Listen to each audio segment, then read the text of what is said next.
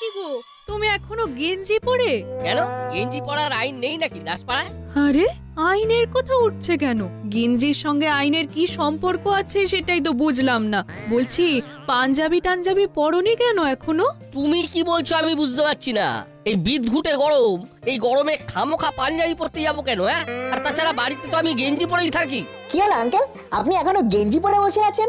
কেন এখনো গেঞ্জি পরে আছেন আঙ্কেল? তোরা কিছু বল, আমি তো তোদের কর্মকর্তা আঙ্কেলকে বলে বলে ফেড আপ হয়ে গেছি। এখনো গেঞ্জি পরে বসে আছে? আরে বাবা, এতদিন ধরে তো আমাকে দেখছো, আমি তো বাড়িতে গেঞ্জি পরেই থাকি। কিরে না বলছো, তোরা আমাকে বাড়িতে গেঞ্জি ছাড়া অন্য কোনো পোশাকে দেখেছিস? সে কি আমরা জানি না? আমরা তো এইটুকু বয়স থেকে আপনাকে দেখছি। গেঞ্জিটা খুলে ফেলুন। আরে বাবা, বাড়িতে গেঞ্জি পরে থাকেন বলে কি আপনি বিয়ে বাড়িতেও গেঞ্জি পরে যাবেন আঙ্কেল? বিয়ে বাড়ি? কার বিয়ে? সে কি মশাই, ভুলে গেলেন কার বিয়ে? তাজ্জব ব্যাপার মশাই। নিন তাড়াতাড়ি পাঞ্জাবি টাঞ্জাবি পরুন, আমরা যে আপনার জন্য অপেক্ষা করছি। ও হ্যাঁ হ্যাঁ, বিয়ে বাড়ি মানে চন্দ্রবাবুর মেয়ের বিয়ে তো আজ। কিন্তু আমি কি জন্য পাঞ্জাবি পরতে বসবো? আমি তো যাচ্ছি না। হ্যাঁ, তুমি যাচ্ছ না মানে? পাগল, যা দিনকাল পড়েছে, বাড়ি তালা বন্ধ করে কেউ বাসে করে দাসপাড়া থেকে হৃদয়পুরে নিমন্ত্রণ খেতে যায়, এর মানেটা বুঝছো? না বুঝিনি, আমাকে বুঝিয়ে দাও। তার মানে হলো হোল নাইট বাড়িটা বেহেফাজত থাকবে। ইম্পসিবল।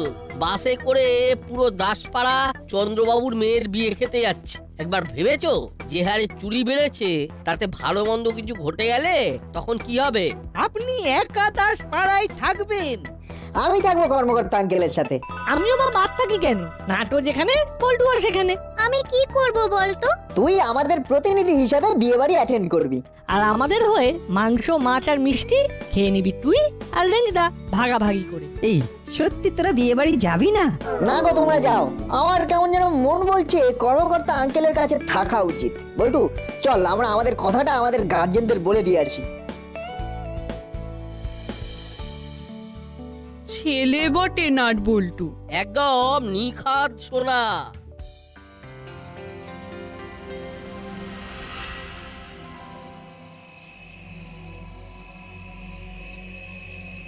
পুরো দাসপাড়া খালি। আমরা এখন মালি যত্ন করে জিনিসপত্র ফাঁকা করব। এখন এখান থেকে চুপ করে দাঁড়িয়ে দেখবো, তারপর ওরা চলে গেলে ফাঁকা দাসপাড়ায় ঝুপ করে নেমে পড়বো। এত দূরে দাঁড়িয়ে আছি যে ওদের কিচ্ছু কথা শুনতে পাচ্ছি না। ওদের কথা শুনে কি হবে? ওদের চলে যাওয়াটাই হলো আমাদের মূল লক্ষ্য। কি ওস্তাদ, ঠিক বলছি? এত জোরে কথা বলছিস কেন? কেউ শুনে ফেললে আমাদের চুরি করা খুব কষ্টের হবে। এইরকম ফাঁকা দাসপাড়া কখনো দেখেছিস? চালা, পুরো ঘর ঘর ধরে খালি করব। প্রথমে যাবো কর্মকর্তার বাড়ি। বাবা, এই টুকুটুকু দুটো ছেলে পুরো দাসপাড়ার দায়িত্ব নিয়ে নিল। আমার খুব খারাপ লাগছে।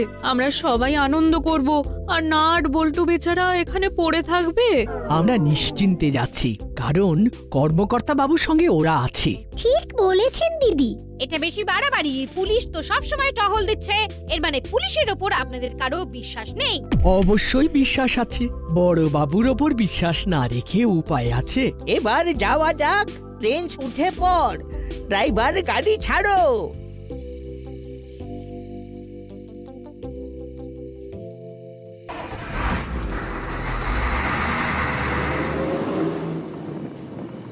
ব্যাস, এখন দাসপাড়া জনশূন্য, শুধু একা আছেন আমাদের বড়বাবু। চলো আমরা আমাদের কাজে ফিরি।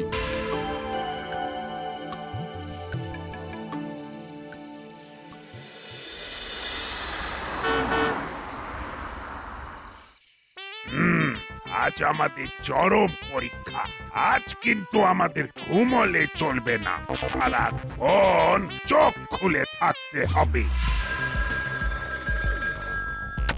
হ্যালো, কে হাসে? হাসে কে?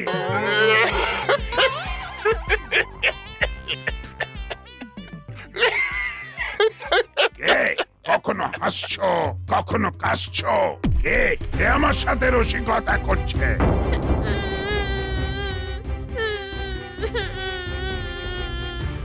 দূর যত সব ভোরকুটির দল।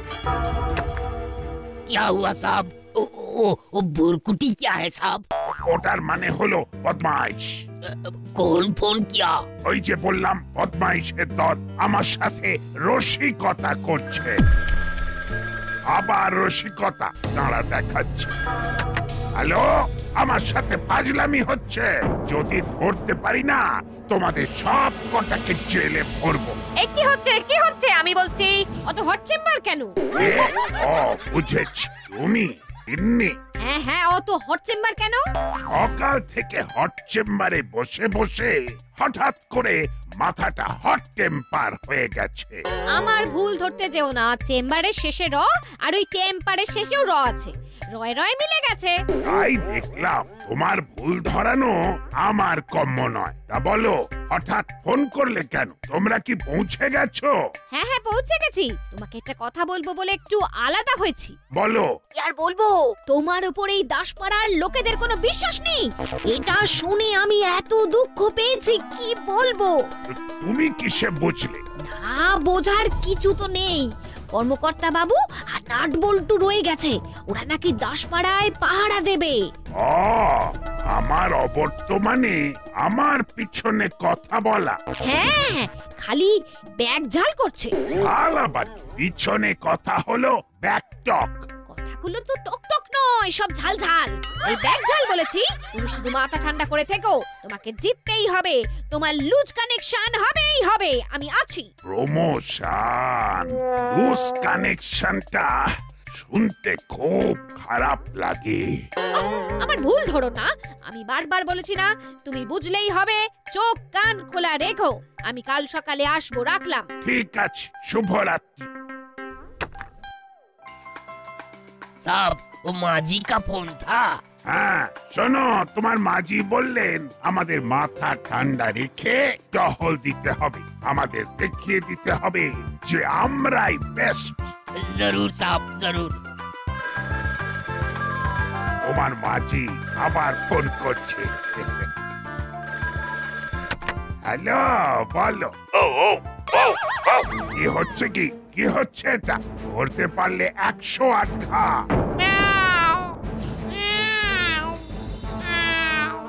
একে আমার সাথে রসিকতা হচ্ছে। চুপ, যত সব ভোরকুটির দল। ও খুব মজা হয়েছে, বড়বাবু খেপে বোম। এটা হলো যুদ্ধের প্রথম ভাগ। মানুষকে ঘেঁটে দাও। বড়বাবু ঘেঁটে গেল মানে বড়বাবুও চঞ্চল হয়ে গেল। বড়বাবু চঞ্চল হলেন মানে আমাদের কাজের সুবিধে হয়ে গেল। চুরি করা এখন আমাদের বাঁ হাতের খেলা। টিমটা নষ্ট করে দে বাবা, ভেঙে দে। এই হলো আমাদের ওস্তাদ, খুঁটি নাটি সব মাথায় আছে। তোমার কাছে এখন অনেক কিছু শেখার আছে ওস্তাদ। আচ্ছা, আমাদের বড়বাবু এখন কি করছে? এবার হতভাগাগুলোকে দেখাচ্ছি। ফোন করে কথা না বলে খালি হরবলার মতো কখনো কুকুর, কখনো বিড়াল, কখনো ছাগলের ডাক ডাকছে। হাই, কে রে? আমার সাথে রসিকতা করছিস? হ্যালো, কি হয়েছে গোপি?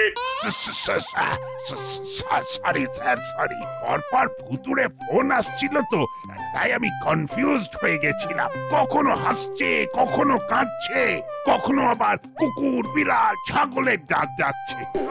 বহুমুখী প্রতিভা স্যার। ঠিক আছে, মাঝে মাঝে এরকম ঘটনা ঘটে। Thank you sir, thank you. এখন কি করছো? তোমাদের দাসপাড়া তো ফাঁকা, তোমার ওপর খুব বড় দায়িত্ব। ঠিক পালন করতে পারলে প্রমোশন অবধারিত। বলছিলাম না তোমার লুজ মোশন হবে, আর হতে খুব দেরি নেই। আমি আছি না, আমার কথা শুনে কাজ করো। লুজ মোশন নয় গো, কথাটা হলো প্রমোশন। বারবার লুজ মোশন বলো না। গোপি, কি হলো? কি বিড়বিড় করছো? কি হলো? তোমার লুজ মোশন হয়েছে। Loose motion? না না না না না স্যার, আমি অন্য একটা কথা ভাবছিলাম। হ্যাঁ, এই ভাবতে ভাবতে লুজ মোশনের কথা মনে এসে গেছিল। ভাবা যায় না, ভাবা যায় না। কোথায় হচ্ছে তোমার প্রমোশনের কথা, সেখানে তুমি নিয়ে এলে লুজ মোশন। সত্যি সত্যি তোমাকে যে কি বলি। যাকে যাকে তোমাকে আবার মনে করিয়ে দিই, তোমার ওপর অনেক দায়িত্ব। আমি জানি স্যার, জানি। আমি তাহলে টহলে বেরোচ্ছি। তোমার যাত্রা শুভ হোক। শুভরাত্রি।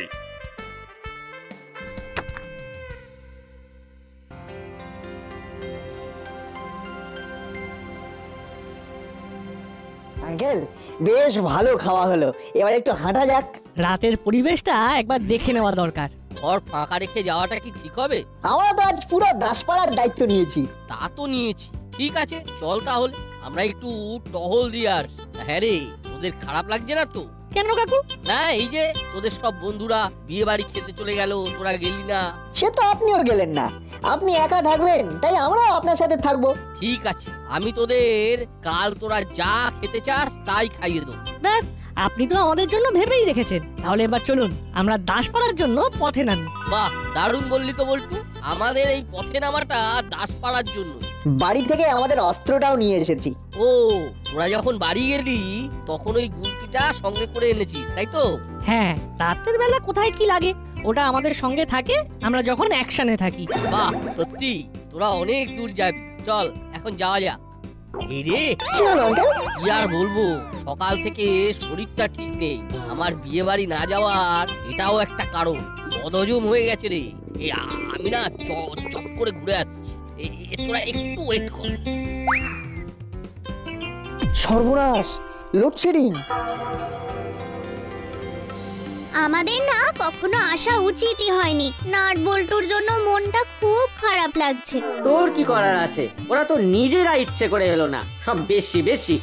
ঠিক বলেছিস শুনা, এদের সবেতেই তো বাড়াবাড়ি। ওরা নিজেদেরকে কি যে মনে করে কে জানে। দাসপাড়ার মাসিহা। যা বলেছিস। তাছাড়া আমাদের বড় বাবু তো আছেন। কাল গিয়ে দেখবো ওরা কি হাতি ঘোড়া ধরেছে। তোরা কি চাস যে দাসপাড়ার কিছু হোক? ওদের জন্য না এখন আমারও না খারাপ লাগছে, বুঝলি? দেখছেন দিদি, রেঞ্জ কেমন বদলে গেছে। হ্যাঁ, শুনলাম ওর কথা, বেশ ভালো লাগলো। সব ঠিক থাকে যেন। ওরা এখন কি করছে কে জানে।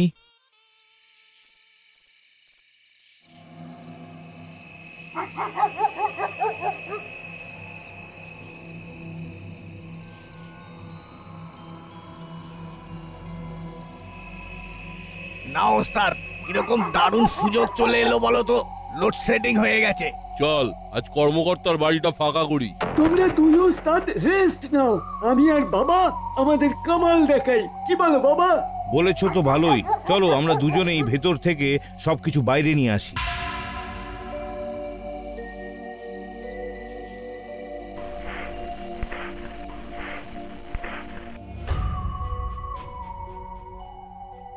অন্ধকারে দাঁড়িয়ে আছিস যে, ভয় লাগেনি তো? আমাদের ওই সবে অভ্যেস আছে। আধার হোক বা আলো, মন্দ হোক বা ভালো, আমরা সবকিছুতে অ্যাডজাস্ট করে নিই। যাক, এবার তাহলে যাওয়া যাক। শরীরটা এখন বেশ ঝরঝরে লাগছে। আর বল্টু, একটা আওয়াজ পেলি? পেয়েছি, কেউ মনে হয় ছাদ থেকে নিচে নামলো। তাহলে কি চোর? একবার দেখতে হবে। বিজয় আনন্দ অনুভব করছিলেন আর বল্টু। হাতে নাতে চোর ধরবো। জেলার ওপর আমার ফুল কনফিডেন্স আছে। আমি ওকে দারুণ তৈরি করেছি। বাবাও কিন্তু খুব ভালো চোর, ওকে তৈরি করতে হয় না, ও একেবারে তৈরি। দেখা যাক, ওরা আগে সফল হয়ে বেরিয়ে আসুক। এই লোডশেডিংটা হয়ে কি সুবিধাই না হয়ে গেছে। সবই তো বুঝলাম, কিন্তু কোথায় কি আছে সেটা বুঝবো কি করে? একটা মোমবাতি তো দরকার। আমার কাছে ছোট টর্চ আছে, ভাবছো কেন? জ্বালাও আলো, দেখি তোমরা কত দূর যেতে পারো। এবার কি করবো রে? ওদের জানতে দেব না যে আমরা আছি। তারপর দেখ না কি করি। হাতে তো আমাদের দুজনের গুলতি আছে, আর পকেটে গুলিও আছে। গুলতি আর গুলির কম্বিনেশন। আগে ওরা কি করে দেখি। আলোটা দেখাও চালা ভাই, কোথায় কি আছে একটু দেখে নি। এই নাও।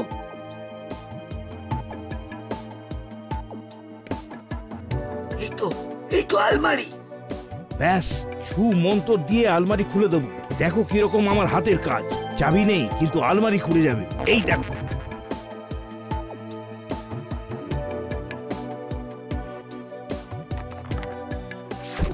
ওরে বাবা রে, কে রে?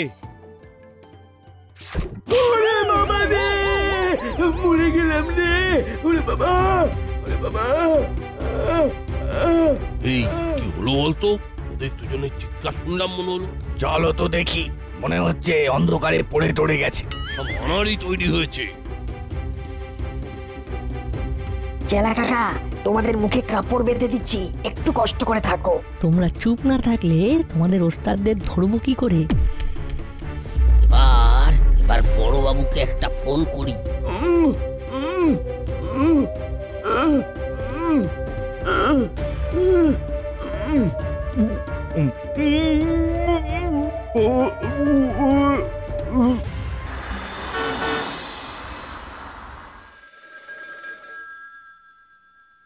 আবার ফোন বাজছে।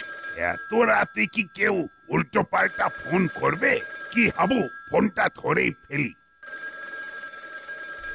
হ্যালো, আমার বাড়িতে দুটো চোর চুরি করতে এসেছিল, তাদেরকে ধরে বেঁধে রেখেছি, আপনিও চলে আসুন। ওরে বাবা, আপনি চোর ধরে ফেলেছেন? বাবা বাবা বাবা, আমি এক্ষুনি আসছি, রাখুন রাখুন। এবার বৃষ্টিকে ফোন করে সুখবরটা দিতে হবে।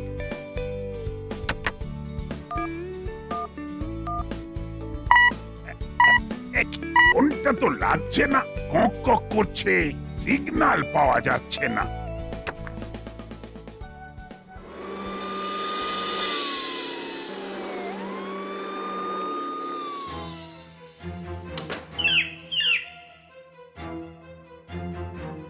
বুঝলি কাকাতুয়া, ওরা ঘরে ঢুকে আমাদের জন্য দরজা খুলে রেখেছে। বুদ্ধিটা ক্রমে ক্রমে খোলতাই হচ্ছে।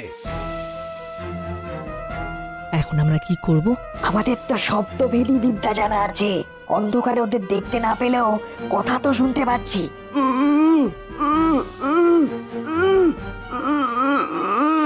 কিরে, কি হলো? কোথায় তোরা?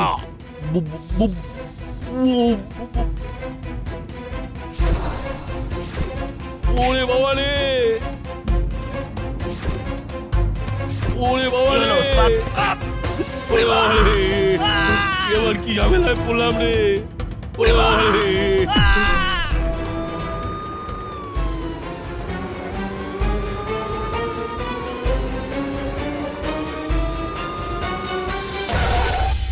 ভাবলাম ফাঁকা মাঠে গোল দেবো।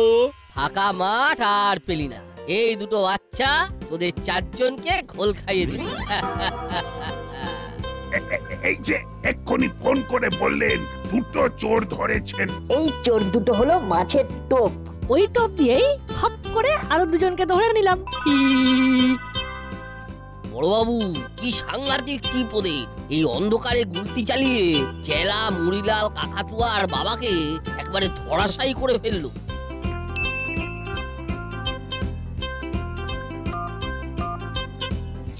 চারজন ধরা পড়েছে। ও কি যে আনন্দ হচ্ছে। ওহ, তুমি ধরেছো? তুমি একা? না না না, এই সব ঘটনা ঘটিয়েছে আমাদের নাট বল্টু। সব এখন আমার কাছে। ওহ, কিছুই হলো না। আমি ভেবেছিলাম তুমি ধরেছো। কি হলো ম্যাডাম? মুখটা কেমন যেন হয়ে গেল। চারটে চোর ধরা পড়েছে। তার মানে নাট বল্টু স্যাক্রিফাইস বৃথা যায়নি। কাল দাসপাড়ায় ফিরে জমিয়ে ফিস্ট হবে। না, একটা শেষ চেষ্টা করতে হবে, যেটা শুধু আমার গুপি করবে। কিন্তু কি করে হবে? চোরগুলোকে তো ধরে ফেলেছে। ভাবতে হবে কি করে কি করা যায়, কি করে কি করা যায়, কি করে কি করা যায়। হ্যালো আঙ্কেল, নাট বল্টু আছে? আছে। তোরা কথা বলবি? হ্যাঁ, একটু দিন না আঙ্কেল। এই নাট বল্টু রেঞ্জ তোদের সাথে কথা বলতে চাইছে। দিন আঙ্কেল। বিয়ে বাড়ি থেকে তোদের সবাইকে অভিনন্দন জানাচ্ছি। এখানেও কিস্তিমাত করলো? হ্যাঁ, আমাদের তো শুধু দেখেই যেতে হবে। থ্যাংক ইউ রেঞ্জদা, কাল গ্র্যান্ড ফিস্ট হবে। কর্মকর্তা আঙ্কেল আমাদের বলেছেন কাল সকালে ফিরছি, তারপর জমিয়ে কথা হবে। রাখলাম। বাবু চলো ওদের নিয়ে যাই। আর যাবার আগে একবার বলি, নাট বল্টু তোদের জবাব নেই।